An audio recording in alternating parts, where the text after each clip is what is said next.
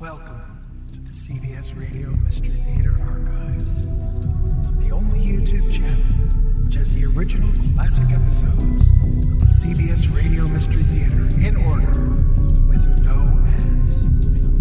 Thank you for listening, and now, enjoy the show.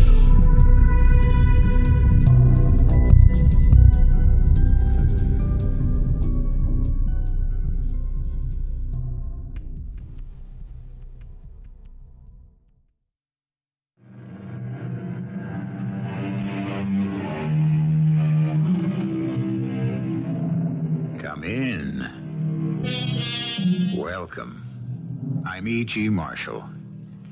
To thine own self be true, and it must follow, as the night the day, that thou canst not then be false to any man. Consider that statement, and ask yourself, what is the great poet saying? He says to any man. He doesn't say to any other human being, just man.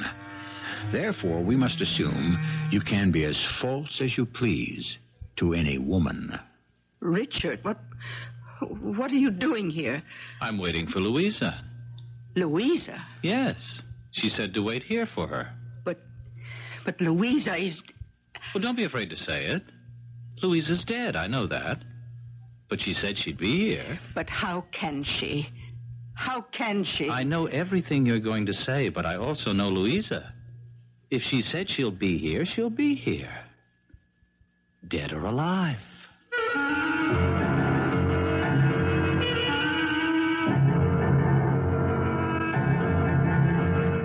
Our mystery drama, The Golden People, was written especially for the Mystery Theater by Sam Dann and stars William Redfield. It is sponsored in part by True Value Hardware Stores and Buick Motor Division. I'll be back shortly with Act One. How fickle and unfair fate can be. Why does she give some of us so much and some of us so little? I'm in trouble already. I have made fate capriciously female and have probably thereby aroused the ire of all the women's lib persons in my audience. But I must be true to my story, which happens to be about the quintessential male chauvinist. His name is Richard Paradon, and he only goes to prove how capricious is fate, as I started to say before. He has everything: looks, brains, charm, talent, and he also knows how to make money. Watch him. He is working now. You, sent for me, Mrs. Palmer? Please, sit down, Mr. Paradon. Oh, Mr. Paradon, Mrs. Palmer, how formal we are today. Just think, in a few weeks it will be Mother and Dick. Permit me to tell you why I asked you to come here. Permit me to anticipate you. You have decided to give Laura and me your blessing.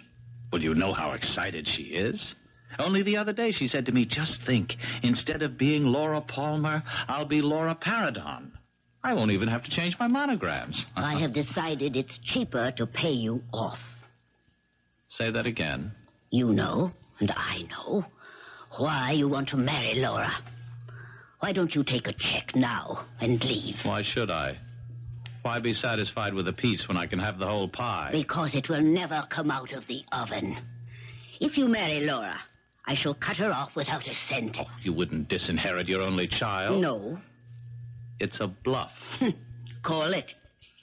I have a check here for $50,000. When you cash it, I will have the canceled check as my receipt.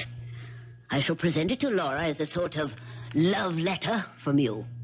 Mrs. Palmer, you're a clever woman. Attached to the check will be a statement signed by you, to the effect that for payment received, you have decided to fall out of love with Laura. Well, you certainly are skilled in meeting this sort of situation. I should be. I've had enough practice. I beg your pardon? When a wealthy woman has, as her only heir, a rather unattractive daughter, she becomes the target for every fortune hunter, hustler, and... Mrs. Palmer, your daughter is not unattractive. Well, I suppose that's true. My daughter is really ugly. Well, now. Mr. Paradon, I'll remain wealthy because I accept reality. Then why not accept me? I am reality. I'm willing to marry your daughter. For her money. That's reality. Who would marry her for any other reason? I cannot accept you because you are a scoundrel. Who else but a scoundrel would marry for money? I would be kind to her, good to her. For a while. And then because you have no real staying power, you'd become tired of her, leave her, after going through all her money. And there she'll be, all alone in the world. Actually, she's all alone in the world now, isn't she? Well, I'm alive. At least she'll have money. Hardly a warm comfort on a cold evening. It's all a matter of what you're used to. I have here a pen. Shall you sign the agreement and pick up your check?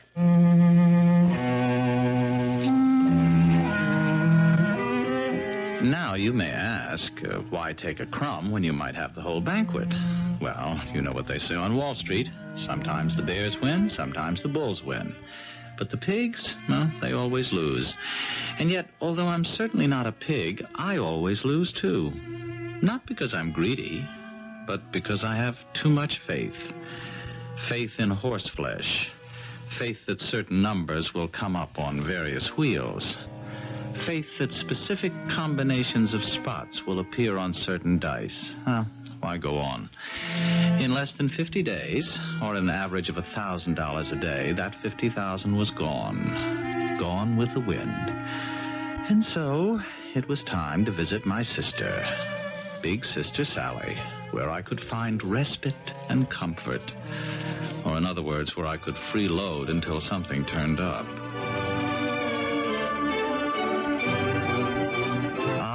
That hi-fi, it is magnificent. You should know. You bought it for me. Did I? I forgot. You can have it. What are you talking about? Richard, you're broke. Now, what makes you say that? Because you're here. You mean a man can't just come and visit his sister? Oh, look, you could get $300-400 for it, Richard, and you need the money. Do you think I would sink so low? You've sunk lower. Sally. Look, I'm short on cash right now. But, Sally, I don't want it. The tuition went up at the college, and the twins can't earn very much money. And it's all I can do to hold my job at the radio station, much less ask for a raise. Sally, if you think I would deprive you of the one thing that brings you joy in life, your classical music... Look, I just want you to know you can have it any time you need it. Oh, poor Richard. It isn't your fault. What isn't my fault? I'm to blame also. For what? You know how old I was when you were born. Yes, of course I know. 15. And Mom and Papa, they were close to 50. And then suddenly there was this little baby in the house, like a beautiful doll. Everyone made such a fuss over you. Sally, what does all this have to do with We petted you, we coddled you. Oh, we worshipped you. You were so handsome. And you knew it. We were clay in your fingers. What are you trying to tell me? No one could say, including me, that you were growing up into a beautiful, self-centered parasite. Now, that isn't fair. Of course not, but it's true. You live completely for your own pleasure. And why not? It pleased us that you should do so. But soon, Richard, soon... Soon what? Soon your ravishing looks will no longer take everyone's breath away. That's because they'll no longer be ravishing. And then what becomes of you? Already your hair shows signs of becoming thin. That isn't true. There are little lines. Where? And you're over 40. You're starting to look it. What are you saying? Richard, please, let me help you. Well, fine help you are talking this way. If I could only convince you to settle down, find a job, a wife, and stop being a bad boy. Well, thank you for that most encouraging and inspiring vote of confidence. If ever I need a boost for my morale, I know just where to go. In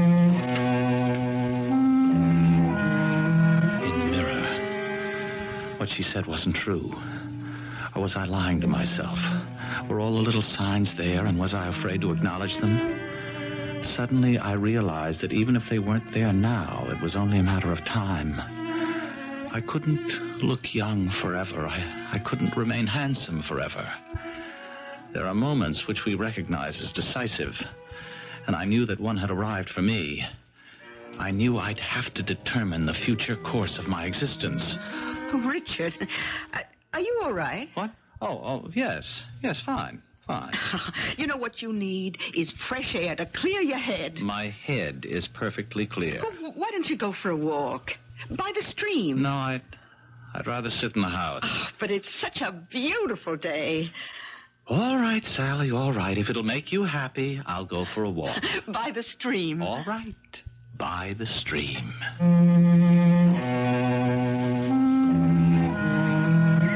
Actually, the walk was rather a good idea.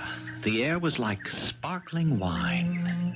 I was so busy thinking of how glorious all nature was that I didn't see her standing by the edge of the stream.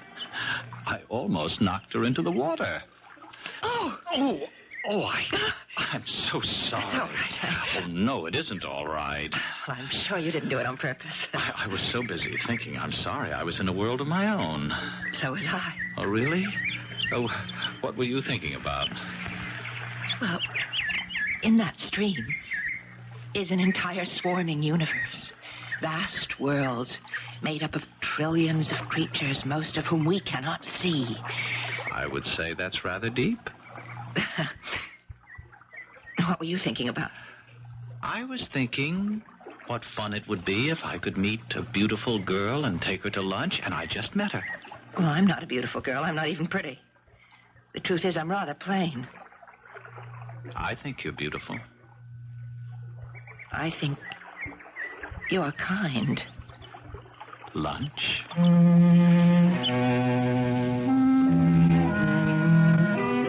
Now, why did I do that?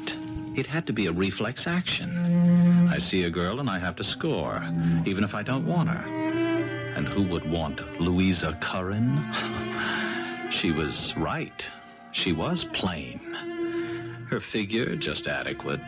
Her dress, just this side of dowdy. Oh, you didn't have to be ashamed to be seen in public with her. But that's about all I can say in her favor. Of course, if she had $1 million... But I soon found out. I'm just a school teacher. Oh, that sounds exciting. Why? Oh, the thrill of molding young minds and so forth. No, I find it dull. Oh, well, then why don't you leave it? Why bother? Wherever I'd go, I'd just be an old maid school teacher. Oh, you have such a low opinion of yourself. Perhaps. But it's the only one that can be justified. It's all in the mind. You can be anything you want to be. You can say that. You know why? Because you're one of the golden people. I never knew that. Who are the golden people? Oh, they're born with looks and luck. And everyone's attracted to them. Everything works for them. You ought to meet my sister. Oh, I know Sally. We're old friends. Oh. Then I didn't pick you up. No. Oh, what a blow to my ego. If you think that was a blow, this should knock you out. Sally and I, we arranged this apparently casual encounter. She was to suggest that you take a walk toward the lake, and I would be there. Oh, I see. Sally was wrong to entertain even the faintest notion that a man like you could even consider a girl like me. I don't know why I call myself a girl. I'm 35. And never been kissed? Well, not often. Not often enough. You know something? You're about to be kissed right now. But what? You can't kiss me in public. Oh, fine. You don't object to being kissed. It's just the time and place. Oh, please, Richard, everyone will see. It's a very wholesome sight. Richard, Shh. Oh. Richard. Oh, Louisa, it's crazy. Oh. How does it happen? But here and now, and suddenly, for the first time in my life, I'm in love. Louisa, I'm in love with you. Oh, Richard. Oh, I'm frightened, Louisa. I'm very frightened.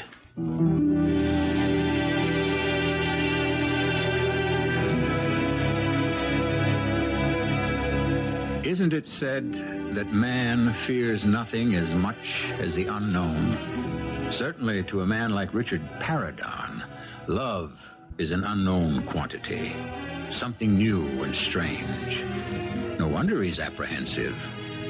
However, I'm aware some of you hard cases in our audience are probably saying, A story about love is all very well in its way, but when is someone going to be killed? Patience, friends. I shall return with Act 2. Love. It has been likened to a blossom that matures and flowers like the fruit of a tree. But then, of course, we have all sorts of fruits. We have the beautiful fruit that nourishes and pleases, and we also have the beautiful fruit that poisons and kills. How do you tell them apart? Sometimes the only way is to taste. Ah, but you say that's dangerous. Well, if you're looking for safety, keep away from love. Richard, cut it out. Cut what out? You know what I'm talking about. Louisa Curran. Now cut the line you've been handing her. She's not like the others. It isn't a line. If you break her heart, I'll never forgive you. Now, wait a minute, Sally. You are the one who arranged for me to meet Louisa Curran. You are the one who worked up a cute little plot so that I could encounter her by accident. You are the one who brought us together. Now that your strategy has worked... I was wrong. What? I sometimes lose myself in fantasy. I saw you as a man who, deep in his heart, wanted the love of a wonderful woman. And you're right. I need that love. Like a shark needs a mackerel. But I was carried away, and so I did something dreadful. I exposed you to Louisa. No. You did something wonderful, Sally. You're just making a play for her. You're wrong. Take me at my worst. Did I ever go for a girl without money? Louisa has some money. She's been saving for years. Oh, I'm talking about real money.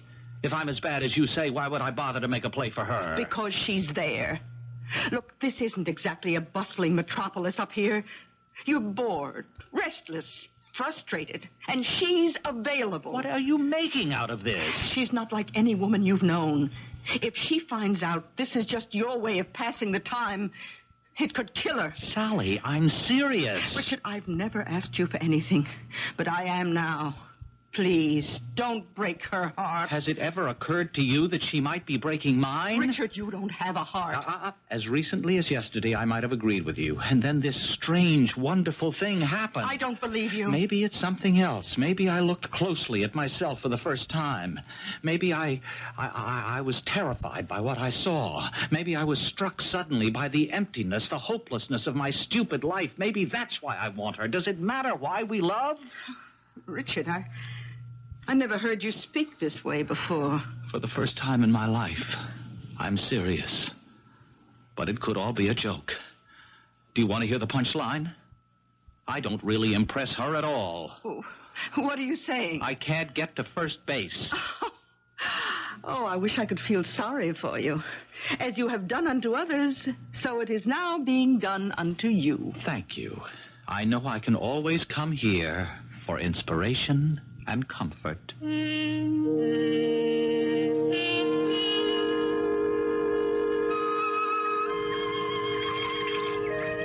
don't have to paddle. Just let the canoe drift.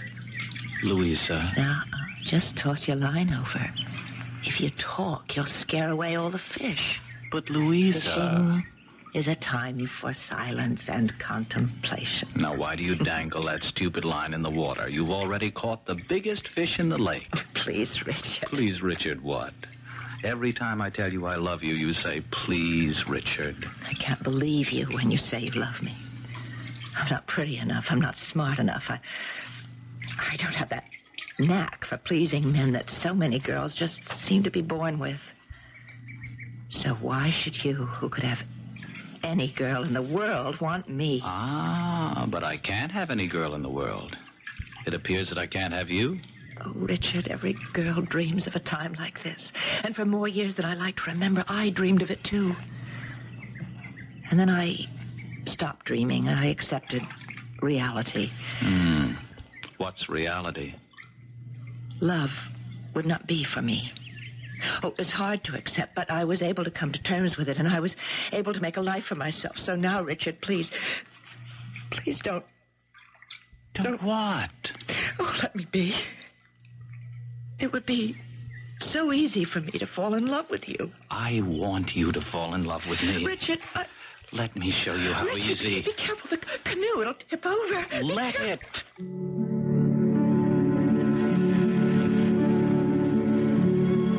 didn't. I looked into her eyes, and at that moment she was beautiful. Everything about her was beautiful. I was happy. Happier than I'd ever been in my life. The vagabond days were over. Just in time, I'd found a wonderful girl. And a job. Yes, there was one thing I could always do, and that was sell. And so I took a job in a sports car showroom. I would make a fortune, but I didn't need a fortune. Her house was adequate, comfortable, and all paid for. And every night we would sit, listening to music, and planning for our wedding. Do you love me, darling? I adore you. And you'll be happy here in Sadler's Corners. Yes? You're wonderful. Do you love me? I adore you. Just think. You've been all over the world and seen everything, done everything. And now you're satisfied to be here. Just with me. Oh, darling, do you love me? Oh, you don't have to keep asking every 30 seconds. It's silly of me. I don't know how to behave. This being in love and sharing and being so close, it's all so new to me. I'm so afraid I'm going to lose you. You couldn't possibly lose me. Oh, That's very pretty music. it's my favorite. It's from Orpheus in Hades. His wife, Eurydice, died, and then he goes down into the underworld to bring her back. Ah, now that's love. Would you do that for me? I don't think I'd ever be able to find the place. I tell you what, you'd know where I was. You come back and get me. Is it a bargain? Oh, it's a bargain. Eurydice will return to Orpheus. Oh, Richard, I love you so much.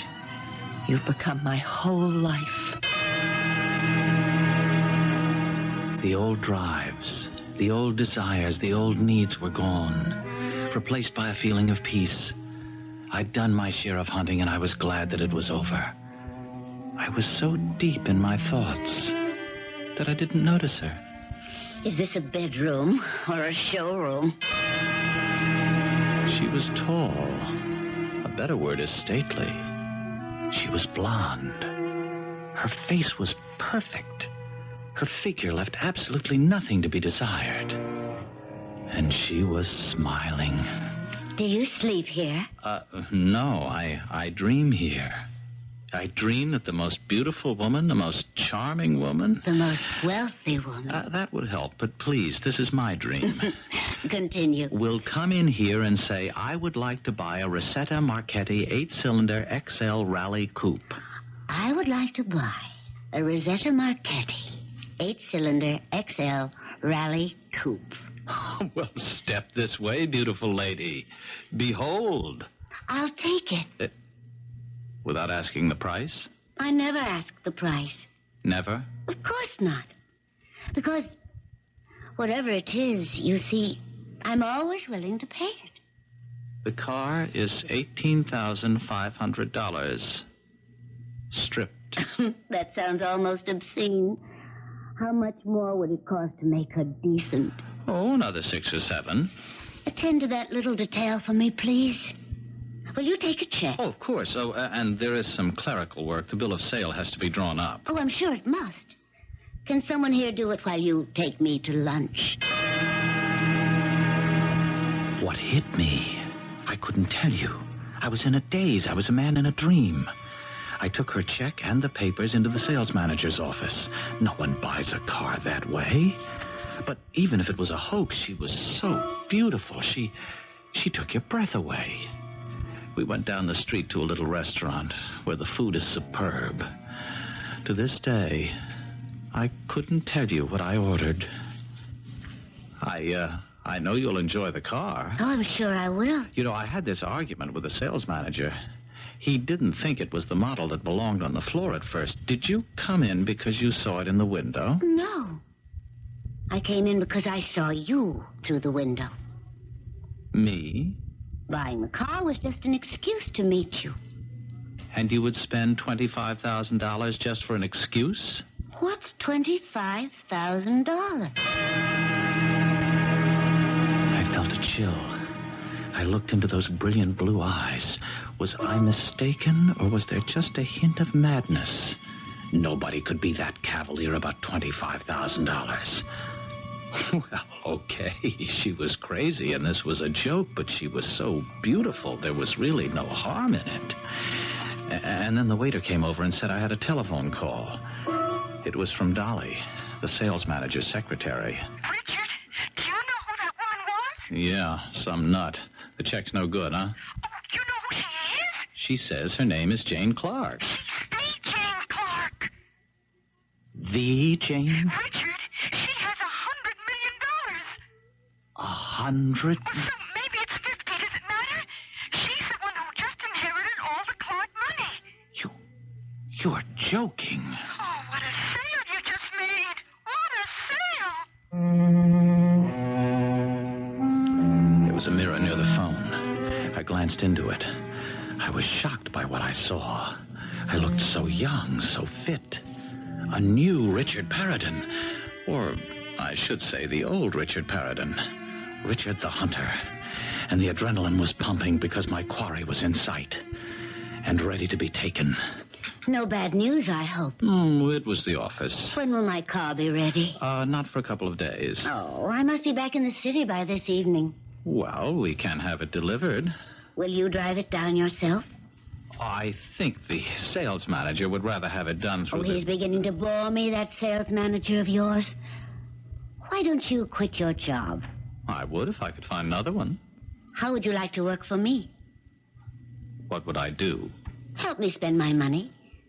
That's not as easy as it sounds. It took my family 200 years to amass $50 million. I want to get rid of it. Well, why not just give it away to the poor? Why? What did the poor ever do for me?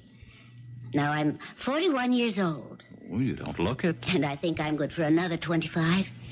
By that time, I want every nickel to be gone. That's why I need your help. Why me? I'm in love with you. Love? I know what love is. I've been married 6 times. I saw you sitting in that showroom next to that heap of scrap metal. Oh, now you can't call a $25,000 custom bill. I have $50 million. I can do anything I please. And it pleased me to fall in love with you.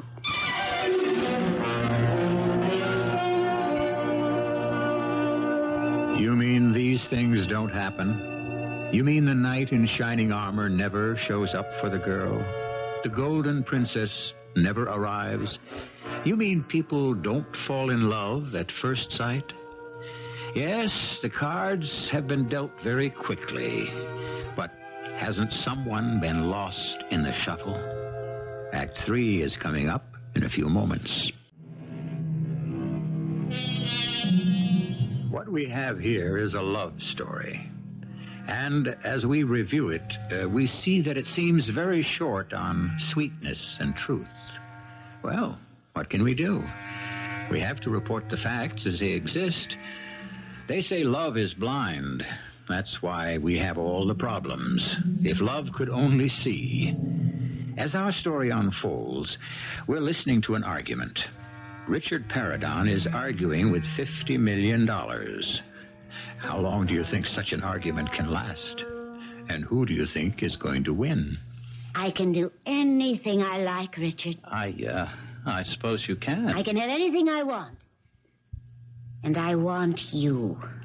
But What? But what indeed? What was I arguing about? This is what I had dreamed about all my life. To marry a fabulously wealthy and beautiful woman. This is what I had trained myself for. And now it was about to come true. Oh, there was a little detail, Louisa, a loose end, but I would just tell her that... No, better not, no. I'd write her a letter. Yes, that would be the kindest thing in the long run. What are you doing? Who, me? I'm not doing anything. You're packing. Well, if you can see I'm packing, why did you ask? It's all over town. What's all over town? You and Miss Jane Clark. I understand you're about to become number 7. That's a lucky number. And Louisa? You'll have broken her heart. All right, let's settle this. You broke her heart. Really? You. Look, I'm not good, but you wouldn't let me alone. You had to reform me. I told you not to break Louisa's heart. I'm sorry. I'm what I am, Sally. I'm self-centered, pleasure-loving, and if I did have a weak moment... She'll kill herself. That's blackmail. Oh, Richard, please, have pity. Oh, look out for pity. Too often it's a disguise for weakness. Oh, you have all the answers. Do you want me to stay with her for the rest of her life because I have pity for her? I heard Richard. Louisa. The door was open.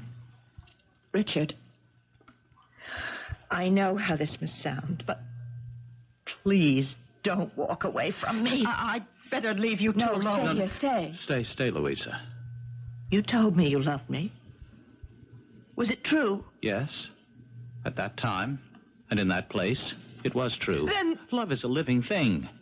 And like many living things, it can wither and die. Why couldn't you have left me alone? I wasn't bothering you. I was happy. I'm sorry. I built up all my defenses, and they were strong. They could have protected me for the rest of my life. I said I'm sorry. And that's all you can say. Louisa, I'm really not worth it. That's true. You're counterfeit. But I was willing to give full value. You'll never again meet someone who will have waited for you all her life. Louisa, there are certain things that just were not meant to be. You'll want me, Richard, one day. You'll need the kind of love that only I can give you. But I won't be there. Well, of course not. You'll marry someone who's worthy of you. No, there could never be anybody else. Besides, I'll be dead. I intend to kill myself. Louisa. Why not? I can't go back to being an old-maid school teacher. Because now it's intolerable. And I'm dead inside, as it is. Well, you're being very melodramatic. I'm also being very realistic. I don't have anything I consider worth living for. Oh, you can't. Oh, Richard, tell her something. What can I tell her? Tell her you'll stay and marry her. But I can't do that because I don't love her. You see, Sally? He's right. There really isn't a thing that any of us can do about it. He does what's in his heart, and I have to do what's in mine. The golden people, like gold, they can belong to anyone and have no feeling. Even as she said it, I just couldn't feel anything for her. I was conscious of her looking as she looked the first moment I saw her. Plain and just this side of dowdy. How could I possibly live with her for the rest of my life? I'd probably wind up killing her. No. No, I was doing her a favor. She feels badly now, but she'll get over me. The fact is, no one ever dies for love. For money, yes. For love, no. Well, Jane and I were married. Let me give you gentlemen a piece of advice. If you can't be born rich, marry rich. There's nothing like it. You wait for nothing, for no one. Everything is possible. And she also loved me. How are you this morning? Lucky 7. Listen, you may have been married 6 times, but I'm the first real husband you ever had. That's what I love about you. Your absolute modesty. Well, if they were so good, why did you divorce them? They started to bore me. What are we listening to? Just some music. Oh, if there's anything I hate worse than classical music... Well, this isn't too bad, and I only tuned it in because the news comes on in a minute. We don't have to listen to news. We can make our own. We can buy a country, if you like. This is Sally Smith with the local news. Brought to you at this time by Plessy's Pharmacy. What is this? Where Where's Dr. this coming from? Sadler's Corners. My sister's the announcer. Why don't we buy her a decent radio station? This is going to be a very difficult program for me. My lead story is about my best friend. Her name was Louisa Curran, who taught school here for 15 years. She sounds great. When Louisa didn't show up for her classes this morning, I was asked to see if she was all right. And she wasn't at home, but I found a note. She said she had had enough of life, not to try to find her, because she was just quietly going to put an end to her life. It was very much like Louisa. She intended to die as she had lived, without being a bother to anyone. But before I came on, I asked our engineer to play her favorite melody. And as a tribute to Louisa, I would like for him to play some more of it. Wow. Isn't that touching? Did you know her? Who? This poor spinster school teacher. No. That isn't true. You are engaged to her. Oh, darling, the past is the past. No, it's always present. For instance, when you lie, you remind me of my second husband. Why? Because he could lie better than you can. Oh, really? Why did you break your engagement? Because I fell in love with you. Oh, don't compete with my second husband. You can't win. I married you for your money. Now you remind me of my fourth husband. He believed in being brutally frank. Well, how do I compare with him? You're just as frank, but not as brutal. Does everything I do remind you of one of your ex-husbands? 6 husbands cover practically all the ground there is. Let's do something today. All right. Tennis. Oh, we did that all day yesterday. Sailing? I'm bored with sailing, tennis, golf. Let's hop on a jet and go to Europe. Oh, Europe bores me. I looked into those eyes, those brilliant blue eyes. When I saw them for the first time in the showroom, I thought they had a touch of madness. But now I could see a kind of icy sparkle, and a shiver went through my body. I could see myself reflected in those eyes. My hair was thinner than I had ever remembered. I had lines in my forehead at the corners of my mouth. I was getting just the slightest sag under my chin. Was this how I was beginning to look to her? Jane, turn that music off. What are we doing with a record player in the bedroom? Jane! Richard, Who are you? you know who I am? No. Oh, I know there have been so many women in your life, but you must remember me. No. You do, Richard, you do. You're dead, Louisa. Dead. I just heard it on the news this morning. That's true, I'm dead. No, this is a dream. If only I could wake up from this awful dream. It isn't a dream. I'm here. You can't be. I'm here to keep my promise. What promise? It was our bargain. Whichever one of us died first would come back for the other. Eurydice has come back for Orpheus. Oh, Richard, I told you, even when I'm dead, I can't live without you. Go away, please. Look at her, Richard. Fast asleep next to you. What is she dreaming of? You can't tell. But I can. She's dreaming of her other husbands and of all the things they could do better than you. It's compassion time, isn't it? That isn't true. She's starting to become bored. No. She always married a man for a reason. Why did she marry you? Because she thought you were inventive. Why can't I wake up? You're up now. I'm not. Richard, look in the mirror. Look at the golden boy. The gold is becoming tarnished. You're getting older every day. She's already noticed. Oh, Richard, come with me. I'll love you no matter what you look like. I'll never compare you to anyone because I never had anyone else. Come with me, Richard. Louisa, can you forgive me? Oh, my darling. Oh. I suddenly feel old and tired and frightened. I love you. I need you. Oh, how I need you, Louisa. I never said that to any woman. I love you more than ever. Then come with me. Yes. Yes. What are you shouting about? Louisa, where did she go? Where did who go? Louisa. Well, what did you do with Louisa? I didn't do it. Are you crazy? What did you do with her? She was just here. No one was here. You must have had a nightmare. You're crazy. Oh, is that how it works? You're tired of me, so you'll get everyone to think I'm crazy. Well, you won't get away with it. Let go of me. You won't cast me aside. Help. What you did with all those others. Help. You're joking me. I'm not like them. I won't stand for it. I won't. I won't.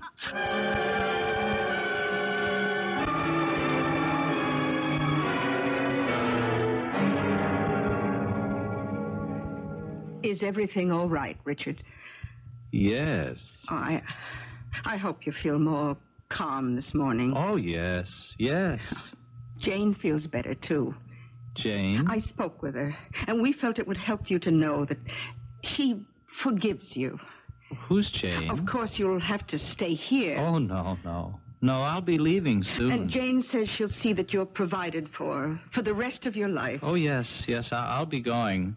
Louisa's coming for me. Louisa? But... Oh, Richard, dear.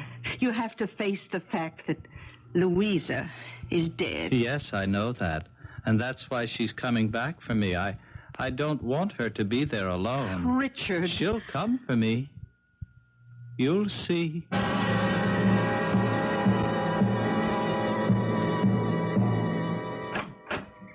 Oh, Mr. Ludens. I got a letter for you today, and I don't know what to make of it. Why, look at the handwriting. Oh.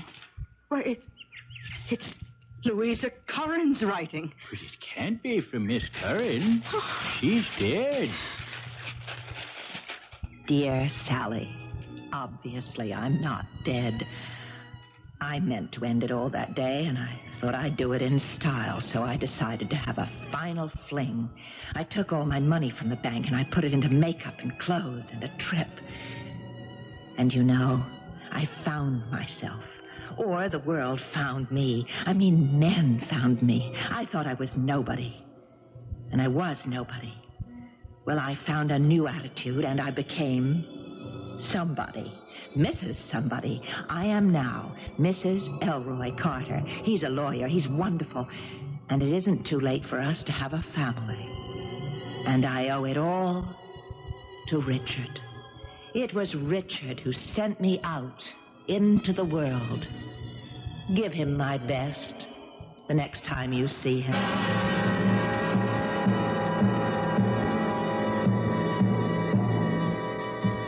So you see, in all of us, there is the potential to do good, to help our fellow man and woman. And Richard, who used and abused women all his life, was the man who did the most for them in the end. I'll be back to do something for you. The golden people, fortune's favorites. It all comes so easy, the climb up the ladder. But that climb up isn't everything. No one stays on top forever. The problem in life is to know when to come down and to descend gracefully without being pushed.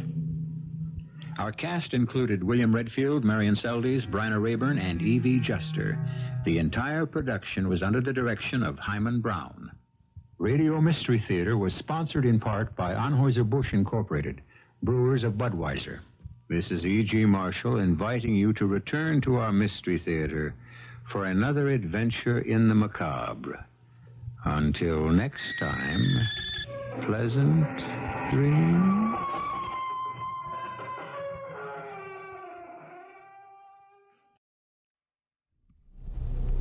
I hope you enjoyed this episode of CBS Radio Mystery Theater.